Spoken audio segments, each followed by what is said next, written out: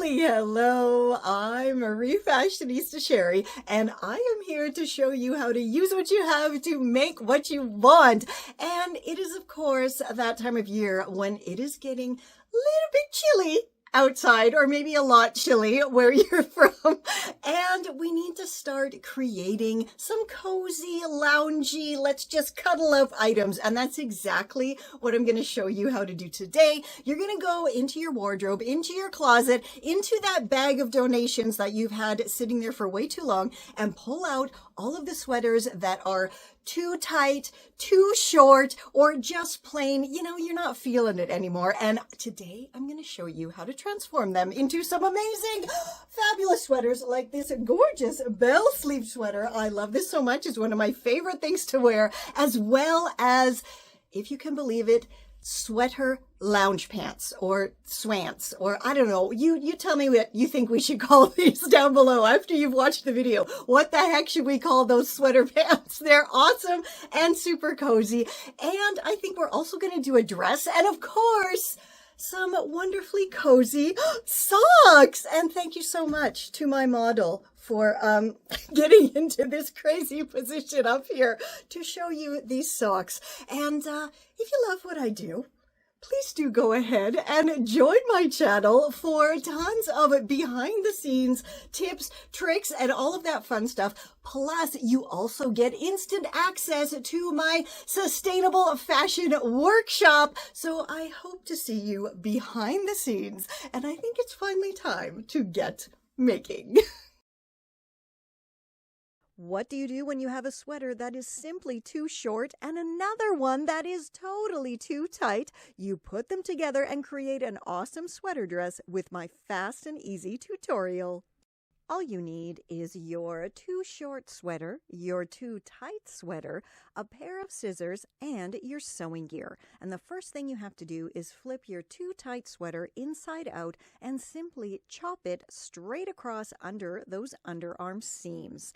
Then you want to keep it inside out and pop your right side out too short top inside of that chopped bottom of the sweater, making sure that you have the chopped edge lined up with the bottom of the too short sweater, and also line up those side seams. Then all you have to do is stitch it together. Flip it right side out, and here's a quick tip. I always like to do a tight wide zigzag over top of the outside seam because it helps it to lay flatter. And you know what? This is the easiest, coziest sweater dress you will ever create.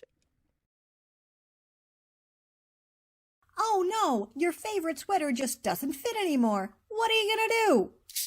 I know, let's transform it into a pair of super cozy socks and you'll be dancing on the ceiling. For this crazy, quick, and cozy project, all you need is your sweater, a sock to use as a template, scissors, and your sewing gear. So first, all you have to do is flip the sweater inside out and then fold it in half with the shoulder and underarm seams of the sleeves lined up. And then go ahead and chop off the sleeves as close to the seam as possible. Subscribe to my mom's channel, follow her on social media, and buy her eBooks. Yay! Thank you! Now, depending on how long you want your socks to be, you could simply grab your template sock, place it on, make your mark here, and then go ahead and stitch around and trim off the excess, and you're done. But for my socks, I want them to be extra long, and I'd really like to keep some of this rainbow bit here. So I am going to go and first stitch that open edge closed. Alrighty, I've gone ahead and stitched up those open edges with a tight zigzag, and I use a zigzag because it allows the fabric to still have that bit of stretch needed to pull the socks on and off without popping those seams open.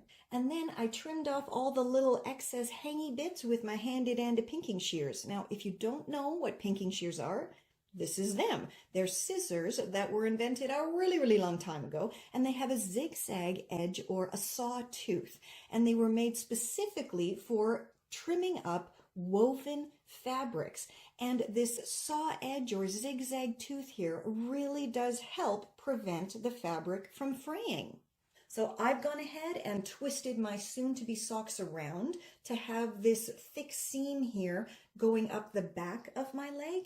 But if you prefer to have it on one side or the other, by all means go ahead. It's all about your own personal comfort. Now I'm just gonna grab that template sock again and lay it out onto my sock here and trace the general shape so I know where to sew. Then I grabbed my handy pinking shears again and trimmed off those pointy toe ends. So now all that needs to be done is flipping these socks right side out, trying them on and making sure they fit. And if your socks are a little bit tight in the toe, then just go ahead and do another stitch lower down, trim off that excess, and try them on again. First, I'm going to pin where I want my bottom of my sweater to eventually end up. And for me, I kind of like my sweaters to sit below my belly button, just at about where my trousers are. I don't really like having to tuck stuff in ever, so that is where I'm going to put my first pin. There it is. Now, these really are very, very long sleeves, so you want to kind of make your arm straight and then put the pin where you want the end of your bell sleeve to eventually sit. So where you want your sleeves to end up. I like mine to be just a little bit past my wrist. I mean, I don't really like them interfering in what I'm doing, and bell sleeves especially, because they're so kind of belly and floofy, do interfere. So keep that in mind when you are putting your pin where you want your sleeves to end up. But I mean, that's like a lot of space here. These sleeves are crazy long. Alrighty, so now that I know where I need to cut, I've laid my sweater out on a flat surface, and first I'm going to chop that bottom, because the chopped bottom is going to become our bell sleeves. So this is where I want my sweater length to end up. So I'm going to chop just a couple centimeters below that for seam allowance. So because this is a fairly loose knit fabric, I mean, you can see it's already fraying here, I'm going to go and give it a nice clean hem before it kind of comes apart on me. So now that the bottom of the sweater is nicely hemmed, we're going to grab the chopped bottom and flip it inside out and chop out the side seams. And we now have two perfect pieces to create our bell sleeves. I just had a thought that it might look pretty awesome to add some lace here to the bottom of the bell sleeves. So before I fold this in half and stitch it into the bell sleeve, I am going to add some lace here, and that's going to finish off my hem as well. So fantastic. So now that my sleeve is just looking so pretty, we're going to have to finish it off, right? And to do that, you simply fold it in half with, of course, right sides facing, and go ahead and stitch the raw edges together. Once you have one bell sleeve completed, go repeat the whole process to create the other sleeve. So now it's finally time to attach those beauteous bell sleeves. So grab your sweater and make sure it is folded in half as evenly as possible, with all the sleeves lined up, the cuffs lined up, the shoulder seams lined up, everything lined up. Then grab one of your bell sleeves and remember your little pin there, that was your ideal sleeve length. Line up the end of the bell sleeve with that pin. And if you want to give yourself a centimeter or two for seam allowance, by all means go ahead. I'm going to do that, just a little bit for seam allowance. Pop to the end of my sleeve here and chop on through, and hopefully that is going to give me the exact kind of sleeve length I need to add my bell cuffs to. And now it is finally time to put our groovy bell sleeve cuffs onto the sweater. So you want your sleeve cuff to be inside out and the sweater to be right side out. So when you put them together, they will be right sides facing. Now the sleeve hem needs to be facing towards the kind of body of the sweater. And then we're going to take the sleeve with the raw edge, pop it inside our bell sleeve cuff.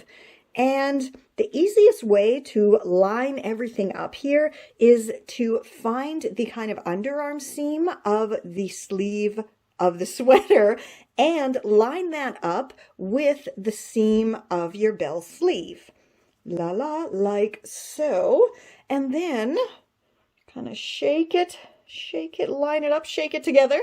And then all you have to do is go stitch everything together. And my bell sleeves are now complete and they look absolutely gorgeous. This came out so much better than I thought it was going to.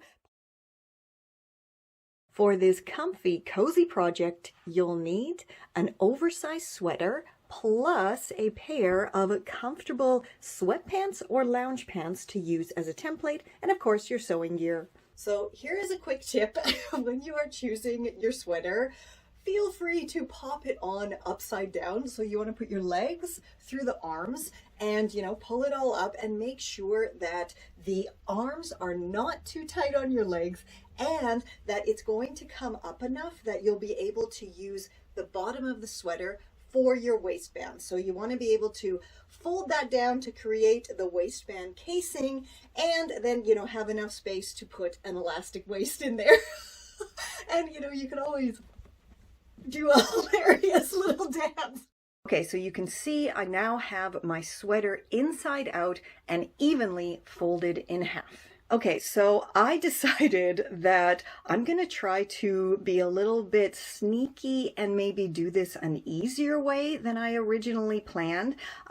If this first way doesn't work though, there will be more than enough fabric left over to do it properly, or to do it, I guess, the more straightforward way. But as you can see, I have flipped my sweatpants inside out and folded them in half. And I now have the waistband of the sweatpants sort of lined up with the bottom of the sweater. And then I have the crotch of the area lined up with the fold of the sweater and moving right along. Clearly, we're going to have to get rid of the neckline of the sweater here. And so I thought, hey, I wonder if I can just fold those sweatpant legs and, make them kind of come down here on the sleeves, because the sleeves are going to become the legs. So what I'm going to try first is cutting here, and then the crotch area. And yeah, so that's what I'm going to do. And we're going to see if we can then sew it together. Okay, I chopped it all out. Now I'm going to open it up and see what we got. Okay, so I tried it on and yeah, no, this is not going to work. So my clever refashionista cutting corners idea is not clever at all. So now I'm going to simply chop it here and do first the top part of the pants, and then I'm going to add the sleeves on for the bottom of the legs. Okay, so it's now actually starting to look like the top of a pair of pants. Okay, so first I'm just going to stitch this side closed and then stitch this side closed. And I'm totally going to leave this part at the top open for now. Alrighty, so I have stitched this bottom part together on both of these pieces. Then when you flip the pieces around, you see here, there is the stitching there, and I have this kind of deep V at the top, and that is actually the gusset or crotch area of the pants. So now we got to work on this area. Okay, so as you can see, I now have one right side out and one inside out, and that's because we are now going to put the right side out piece into the inside out piece, and we're going to line up those V's. Okay, once you have everything evenly lined up, then you just need to go and stitch the V's together. You're just stitching this V area here. Okay, so my V's are all nicely stitched together, and just as an FYI for you guys, I did a straight stitch all the way around, then I did a tight wide zigzag stitch over top of my straight stitch, and then I chopped off any excess with my pinking shears in an effort to help prevent fraying. Okay, now let's pull this out and see if we have something that looks like shorts, pants. And we do. Look at that. That actually worked. That did. It really worked. Okay, I'm gonna go try these on, and then we'll see about attaching the sleeves to the bottom of the shorts legs. Okay, so I flipped them right side out and tried them on, and they fit really, really perfectly.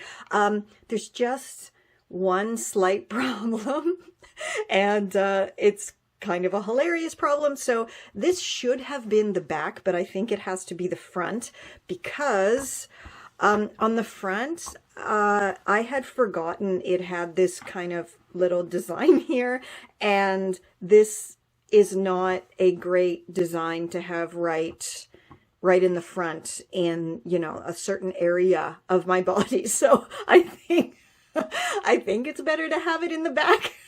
So that's how I'm gonna wear them. But yeah, it's funny. It actually kind of looks like a smiling devil. So I don't know, maybe having it in the front is a better idea. You let me know down below. Like, you see, this is pretty awesome. Even the waistband is really, really good. And I don't think I'm actually going to put an elastic in. I think I'm just going to have to take in the sides just about a centimeter or two on either side. And then the waistband should be totally fine. Now, what I was concerned about is this part here. You see, it looks like a giant shark bite came out, and I was thinking, oh, I'm gonna have to add some kind of fabric here because that's where the sleeves were chopped off. But I put the sleeves on, and when I pull them up and tuck this in here, okay, you see, it's okay. I actually do not have to add any extra fabric. I can just chop on this line here, this wonderful, perfect line, and they should match up wonderfully. So that's what I'm going to do, because I mean, how cool is it? And I can get these right on my knees. I'm so happy with how this is coming out. So like I said, first I'm just going to chop this here to even up each of the legs. Now I'm going to do the same thing on the sleeves. Okay, so I have my sweater shorts right side out, and I have a sleeve here, and it is inside out. Now I'm going to pop the sleeve over top of one leg of the sweater shorts, making sure that I have this design facing the front because I want it in the front. Okay, this is going to be a little bit picky because the sleeve is clearly a bit smaller than my shorts leg here. And once we get to the bottom part, I'm just going to line up the edges as best as I can. And now clearly I'm definitely going to use a zigzag to stitch this, and I'm going to have to stretch the sweater sleeve as I'm stitching so it all lines up properly. So I have the other sleeve stitched on as well. So let's flip it down, and it absolutely worked. I am shocked that I managed to do this. Now this is a little bit wavy here, so I think I will have to give it a wash so the knit fibers kind of reconstrict up onto themselves, but it looks great. I took in the waistband 4 centimeters on each side. For this crazy quick project, all you need is your too long oversized sweater and of course your sewing gear. So first you want to flip your sweater inside out, then pop it on and mark your ideal length with a pin. Alternatively, you can just lay it on a flat surface and place a sweater that has your ideal length on top of it and then mark the length on the sweater. Then all we're going to do is chop it to that length. So for now, I'm just going to set aside the chopped bottom, but we will need it in a moment.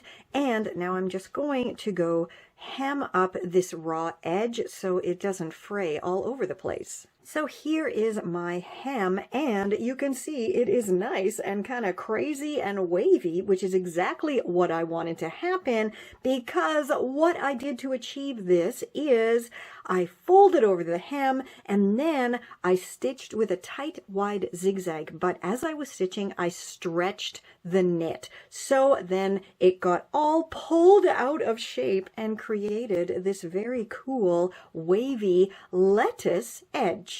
So now I can grab my chopped bottom again, and I have this inside out, and I also have my sweater inside out. So I'm going to take the bottom and I'm going to create a cozy cowl neck with this. So I'm just going to take it inside out and pop it into the sweater, so I have the right side of the sweater facing the wrong side of the chopped bottom. And then that way, when everything flips right side out, when I fold down the sweater part to make the cowl, it will also be facing the way it should be. Okay, so you see the side seams here? I'm going to line that up with the shoulder seam here on one side and of course on the other side, and I'm going to pin them in place on both sides. It's a little bit picky to do this. Now, clearly this is a bit wider than the neckline, so I am going to have to do a little bit of gathering and also probably stretch as I stitch, but that's okay. And let's shake it all down. So I did my lovely little pintucks all the way around the neckline here. And you know what? You can gather your fabric however you want to gather your fabric. I personally really like doing pintucks because I find it gives me the most uniform look, and it's really the easiest for me to do. But however you want to do it, go ahead and do it. It's your project at the end of the day. So just have fun with it and make sure you're doing things that, you know, kind of challenge you sometimes as well. However, you can also just go back to your old favorites like I always do with the pintucks. So now I'm just going to go stitch this together with a tight wide zigzag. And we always use the tight wide zigzag with knits because first, don't have any fancy sergers or machinery like that. And it also allows the knit to still have that bit of stretch needed to go over my head. Okay, it's all stitched on. The pins are all out. So let's flip it right side out and see what we got here. All right, everything looks okay. If we fold, see, this is wrong side to right side, but if we fold down this fancy new neckline here, it is absolutely the right side facing out. You see, again, I am not telling any lies whatsoever. It is so simple to use what you have to make what you want, especially when I show you step by step how to do this. If I can do this, you can do this. Nothing is difficult. You can even hand sew everything. And if you want to go even deeper, join my wardrobe revolution at refashionistasherry.com. And until next time, stay safe, stay well, and I'll catch ya on the zigzag. And if you've made it all the way to the end of the video, thank you so very much for sticking with me and hopefully trying out my fab free tutorials. And also let me know down below if you would like to see more sweater transformations, because I got a bunch of no-sew ones too. For just 99 cents a month, you can help save a struggling refashionista. For just 99 cents a month, you can help sustain the much-needed work that goes on behind the scenes. Every thrift flip, every DIY, every upcycle, every free tutorial can only continue with your support. Join my Refashionista crew for only 99 cents a month, less than the cost of 2 bananas or a pack of gum, and help me continue teaching anyone who wants to learn how to use what they have to make what they want. Don't let affordable, sustainable DIY style become an endangered species. Join my Refashionista crew today. This is Confessions of a Refashionista.